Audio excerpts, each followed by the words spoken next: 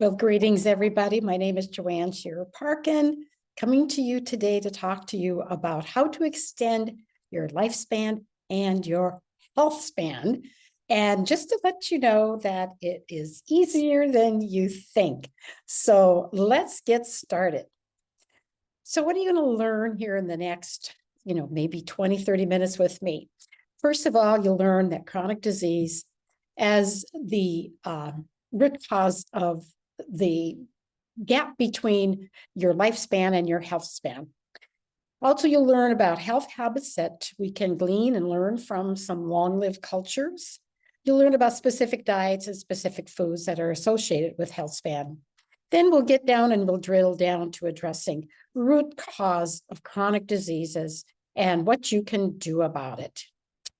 Let's talk a little bit about what is the difference between your lifespan and your health span. First of all, lifespan is the years that you have lived, and the health span is the years that you have lived healthy without disease. And as you can see, there's about a 16-year difference in the United States between your lifespan and your health span. So I think that we would all agree that we would like to close that gap, not just live long, but to live healthy and well, correct? Now, some of you might think that you're joining me and you're thinking, well, I think I'm kind of doomed by my genes when it comes to longevity, because you might say, everybody in my family, they had heart disease and they all died young of heart attacks, or they might say they had diabetes. Well, the good news is that only about 20% of your genes really determine or have any influence on your longevity. Basically, it is your lifestyle and your environment. So Dr. Francis Collins, he was head of the Human Genome Project at the NIH and was a former director of NIH. This is how he says it, and I totally agree with him. Genetics loads the gun and lifestyle pulls the trigger. Thankfully, I have good longevity in my family. I'm very thankful for that. But I think there was a lot of lifestyle factors that have helped me to live very healthy and well into my 70s, and I'm now 74. So I think I'm doing pretty good. So again, like I said, the gap between your health span and your lifespan is really due to the chronic diseases that's an epidemic and facing all of us. So here's just a few statistics to help us to get started. Right now in the United States, 6 out of 10 adults have a chronic disease. 4 out of 10 have 2 or more. 75% are overweight. 66% take prescription drugs. And this was a statistic from the COVID pandemic. Those dying of COVID had an average of 3.8 chronic diseases. So sicker people more apt to succumb to COVID. And we are ranked 60th in the world in longevity, even though we spend a boatload of money. So what are we spending on healthcare? We are spending $4.3 trillion every year. That is 60% of our gross domestic product, and that's expected to rise to 20%. Now, the U.S. spends 2 times more on healthcare than any other country, and we are the richest in the world, and we spend the most on healthcare, but we are not healthier. We are, as you can see, ranked 60th in the world. Well, that's the bad news. Now, here's the good news. Chronic diseases are mostly preventable. I worked as a head dietitian at a cardiovascular hospital, and I started with the hospital in 2000. And I learned over the years is that, like 90% of cardiovascular diseases are preventable with just 3 things. That was a healthy diet and exercise, not smoking. So, this has been around for a lot of years. We know how to prevent chronic diseases. It's easier to prevent a chronic disease, or I should say it is better to prevent a chronic disease than it is to try to treat it, because sometimes once you get that chronic disease, it's really hard to really reverse it. So we can learn a lot by studying long-lived cultures, and these cultures around the world where people live into their hundreds. They live to be 100 centenarians. And so back in 2004, a gentleman by the name of Dan Buettner, he published some information, some data about what he called the blue zones. So he found that there were 5 different areas, cities around, or geographical areas around the world that were associated with decreased chronic diseases and longer lifespans. Now, the individual living in these blue zones, they had some commonalities as far as healthy living commonalities. And not surprisingly, they ate a very unprocessed diet, which was 90% vegetables, whole grains, legumes, nuts, fish, right? So very, very wholesome, healthy diet. And they underate, I should say, they followed that 80% rule where they stopped eating when they were 80% full. In other words, they did not overeat. They had moderate alcohol intake, especially red wine, like Sardinia. That was really kind of one of the healthy habits they found. And they had activity built into their daily routines. I mean, they'd go to the gym, right? They didn't get out on their bicycle and ride for 10 miles to get some exercise. If they rode their bike, it was to get to the grocery store. They got adequate sleep. The last 3 are really have to do with more social aspects, and that is they were mostly very religious or spiritual. They had a life purpose and they had healthy social networks. And these healthy living cultures, they also have intergenerational communal living. So that was an interesting fact too as well.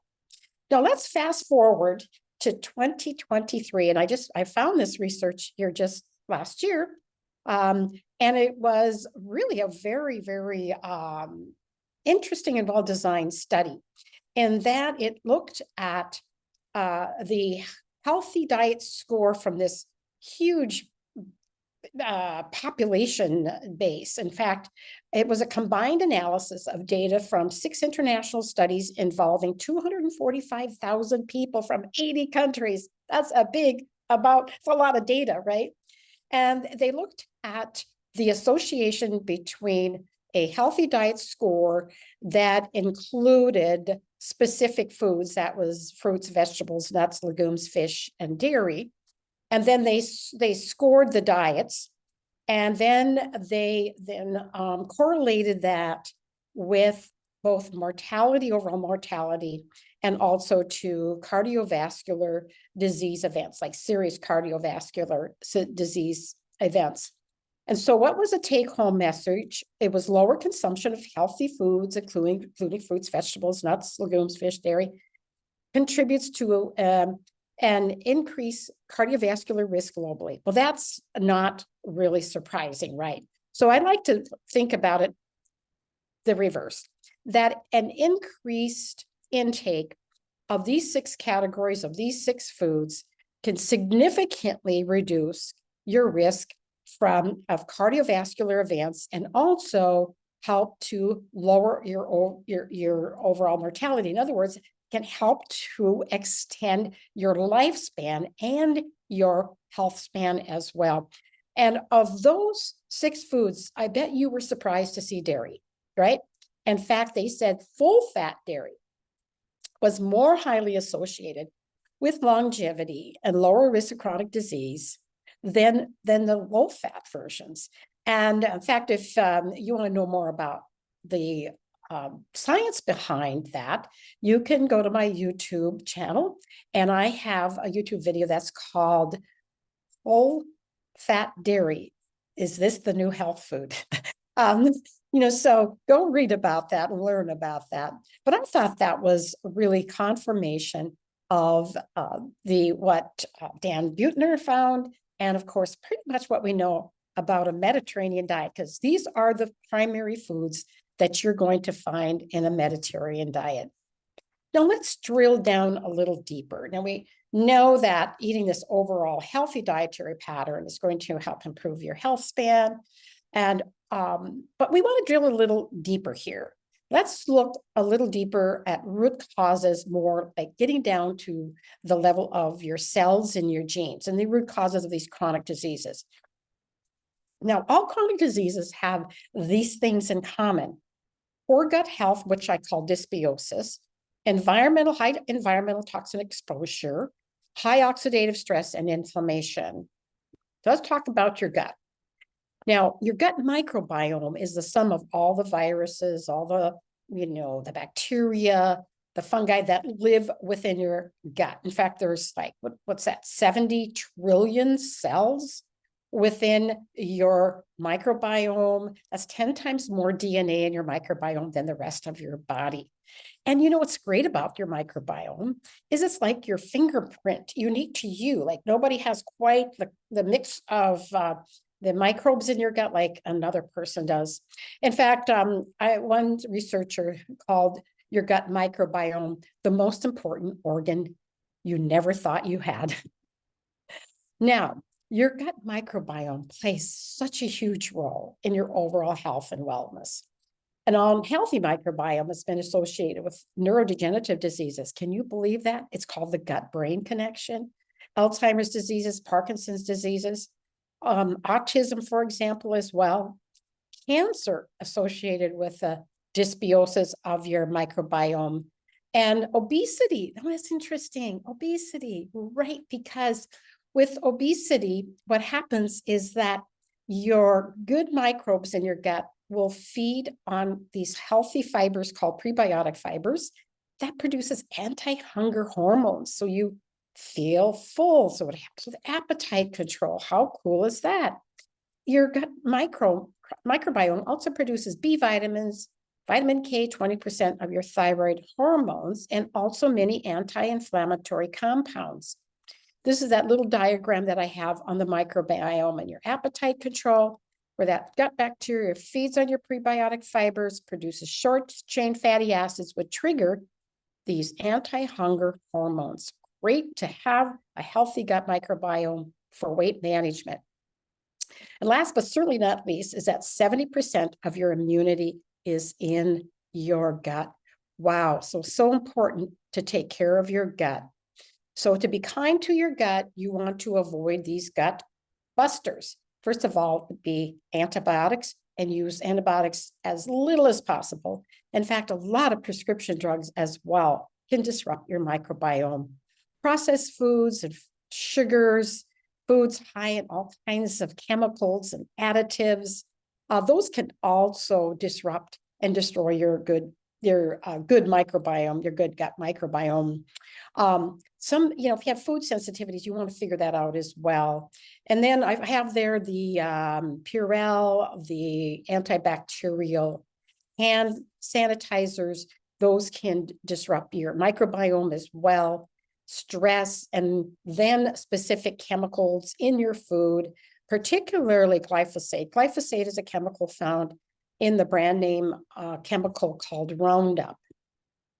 And so you're thinking, okay, yes, okay, so we know that all these chemicals in our food can kind of help, it can disrupt our microbiome. So should I then go and eat all organic? Well, to get started, and if you want to eat more organic, the Environmental Working Group has published something called the Dirty 12 or the Dirty Dozen and the Clean 15. And you can just go to ewg.org and you will find these little charts and flyers, and you can print them out. I print them out, post them on my refrigerator. And this will be a kind of a great place to get started, is with the Dirty Dozen and the Clean 15. And then another thing, of course, that you can do is that you can add some biotic supplements. There's 3 categories of biotic supplements that can help with your healthy gut microbiome. First is probiotics. These are live microorganisms that provide a health benefit. The prebiotics, undigested fibers that the probiotics will feed on. It's like the prebiotic fibers are like the food for the probiotics. And the postbiotics, these are inactivated probiotics. that have a health benefit as well. Kind of think of the fermentation. So this is kind of like your garden. Kind of think of this as your biotic supplements as helping to produce a healthy garden. Probiotics are the seeds, the prebiotics are the fertilizer for the garden, and the compost pile is your postbiotics. I have a YouTube video on this as well if you want to learn more. Okay. Now, one thing that I've talked about already, and that is the harmful effect of the chemicals in our environment that have on your gut microbiome. In fact, there have been 85,000 chemicals that have been introduced into our environment since the start of the Industrial Revolution. And many of those, and most of those, have not really been adequately studied for the impact on our health.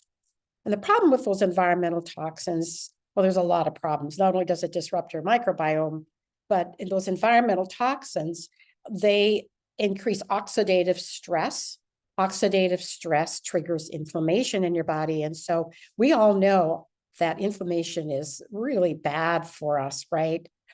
Interesting that actually the silent information that you have in your brain, that you have in your gut, that you have in your organs, it's a silent inflammation that's really highly dangerous, what you can't sense and feel. Call the silent information. So the silent killer being that inflammation that is triggered by oxidative stress. And you're going like, well, oxidative stress, what is that?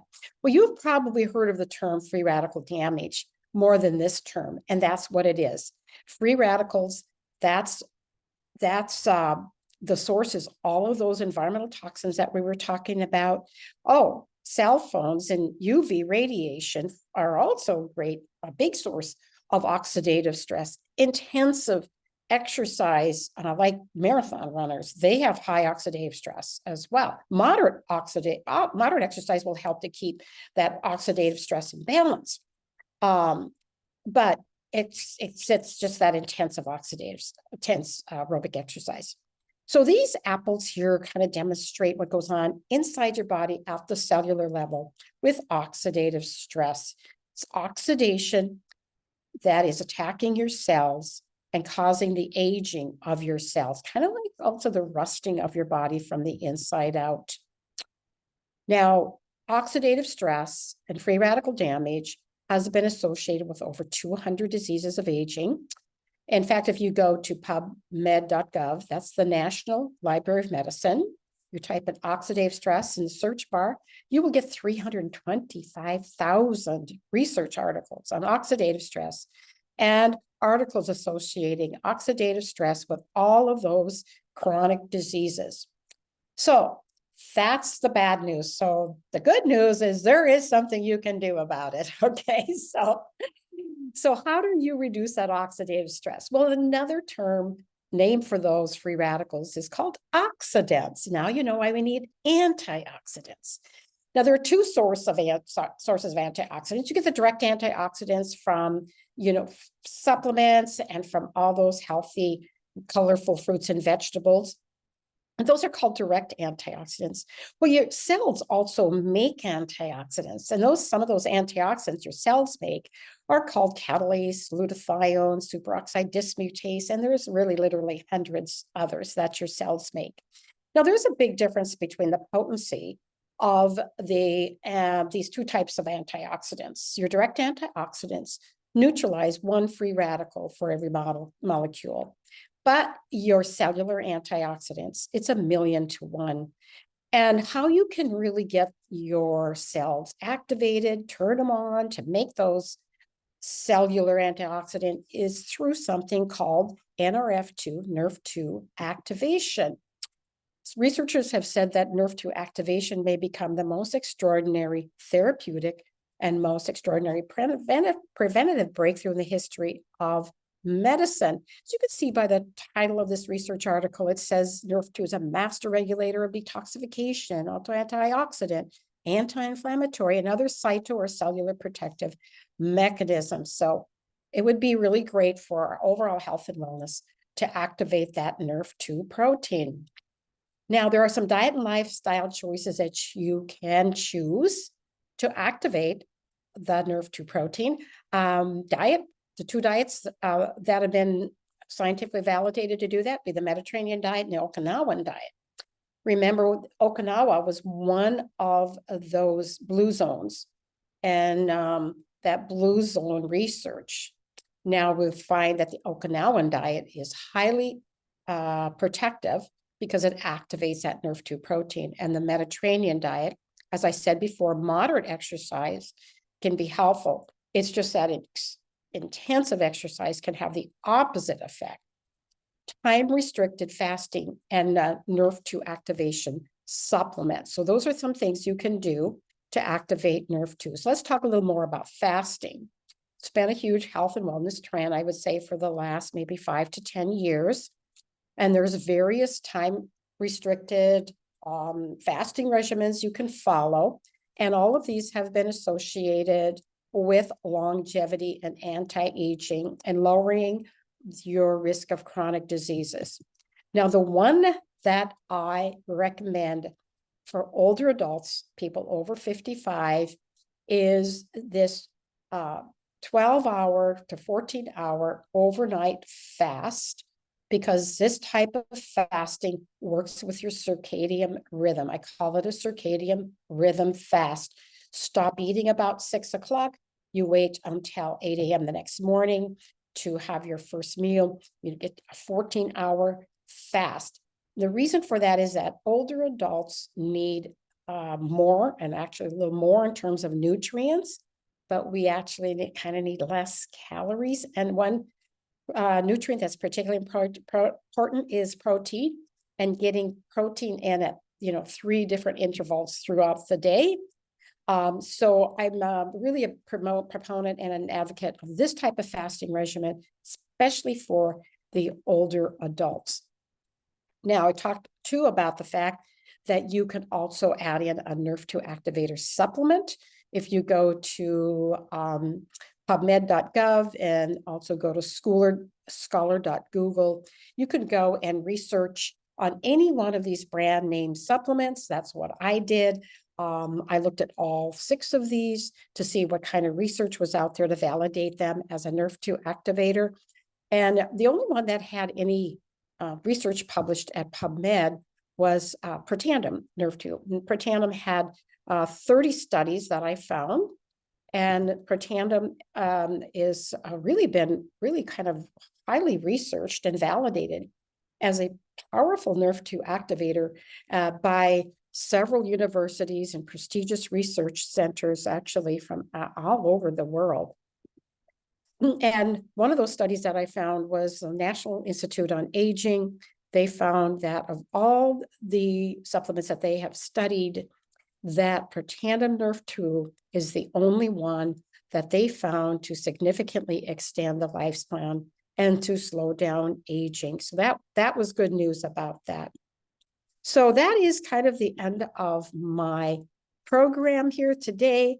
I hope that you have learned that you can do something about extending your lifespan and your health span. You are not doomed by your genes. And I hope that you picked up on maybe a little couple tidbits today, maybe some things that you can incorporate into your lifestyle, some changes that you could be making, maybe just something little, just like I said, the time-restricted fasting, an overnight fast, that could really help with your longevity and your sleep and just how well you handle all that oxidative stress as well. So with that, I'm going to sign off, and I want to thank you very much for joining me, and have a blessed day.